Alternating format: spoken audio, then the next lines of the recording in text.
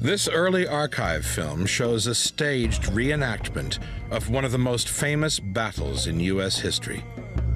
On June 26, 1876, 25 years before this film was shot, the Plains Indians had fought the U.S. 7th Cavalry and killed them to a man.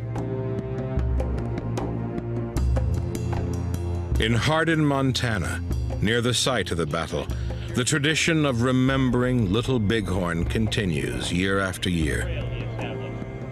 The tourists come to watch not just a reenactment of the battle itself, but to witness a pageant telling the events that led up to that battle.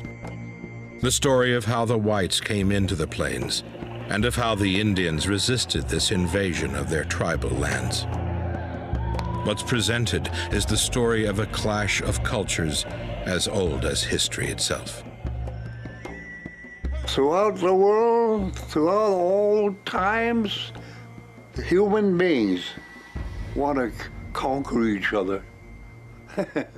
And so that's the same thing here, especially when they find a new area that's still kind of open, ready to be conquered. The Lakota had fought back right from the start. They'd harassed parties of settlers. They'd fought skirmish after skirmish with the U.S. troops. And for one brief moment in 1868, they thought they'd won.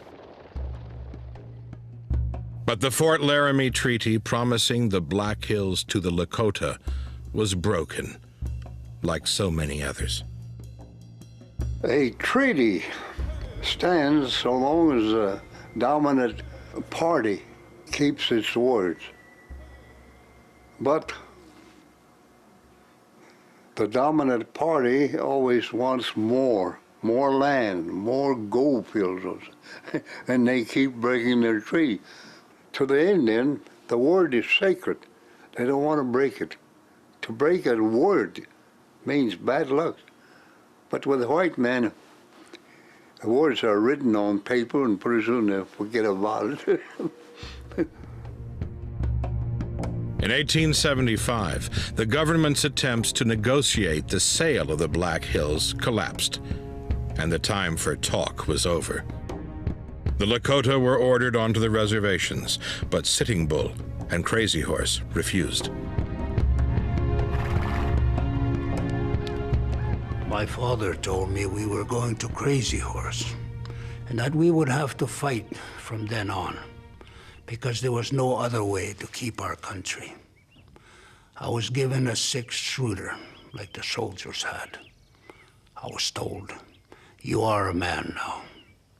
I was 13 years of age. Throughout the spring of 1876, Crazy Horse and Sitting Bull were joined by 7,000 Indians, the Arapaho and Cheyenne tribes joining the Lakota Sioux in the biggest gathering of Indians the Plains had ever seen. In response, the federal government sent out 3 military units. Together, they might have dealt with the renegade Indian force. But the 7th Cavalry reached Bighorn first, and they were under the command of a loose cannon, the man who'd led the expedition to the Black Hills 2 years earlier, the man who'd stirred up the hornet's nest, General George Armstrong Custer. Out of the dust came the soldiers on their big horses. They were all shooting, and there were women and children scattering down the hillside. But then another cry went up. "Crazy Horse is coming." And we heard the calls of "Hooka-hey," like a big wind roaring and the eagle bone whistle screaming, and my heart felt stronger, because it seemed that my people were all thunder beings, and the soldiers would all be rubbed out. And the valley was dark with dust and smoke, and everything was confusion.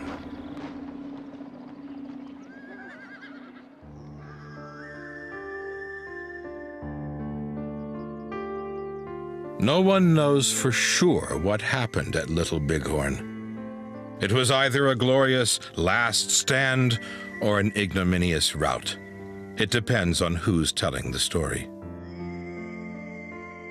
For the Indians, it was their moment of greatest triumph and a crushing blow against the pride of the Wasichu.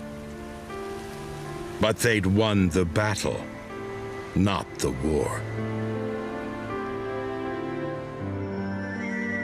In the years that followed, they were forced, sometimes at gunpoint, onto the reservations. And there they survived dependent on government rations. And they mourned the culture they'd lost.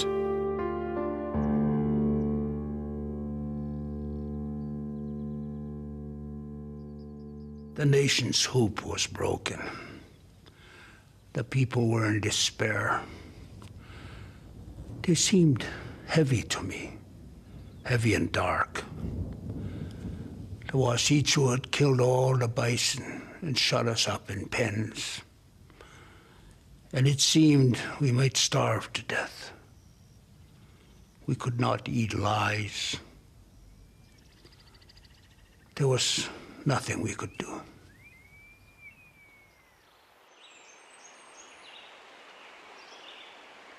In 1877, the Black Hills, the sacred homeland of the Lakota people, were taken from the Indians for a paltry sum.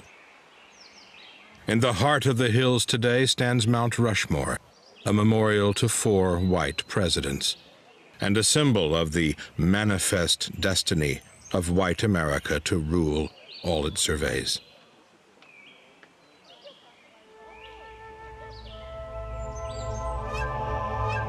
The Lakota were restricted to the reservation at Pine Ridge, and it was there in 1931 that John Neihardt interviewed Black Elk.